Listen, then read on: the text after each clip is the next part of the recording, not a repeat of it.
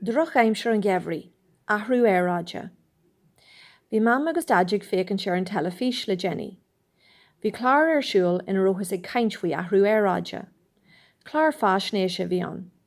Dúirt mam gur a baib casta í agus déantí daid léhí. Tháinig mína saona agus thosaigh sé chur sneachta go trom.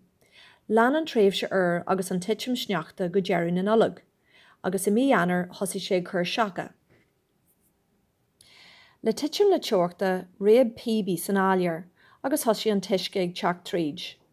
Rinne sé duchar mór don teach an áras, agus bhí ma histí éisiú a chur isteach go dtí an cólacht áiricis.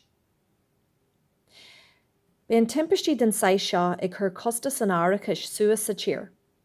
Sias an bóthrón ar Jack mar hampla, hit cran is dorm ar char chórsan, ar áirí an tail ní ro éon duine sa char ag an am. An sin tháinig an tiltte, agus bhí lán ceantar sa tír faoi isce. Bhí ar na seirbhísí ag an dála cuidiú le daoine a bhí a driblóid ag an tilde.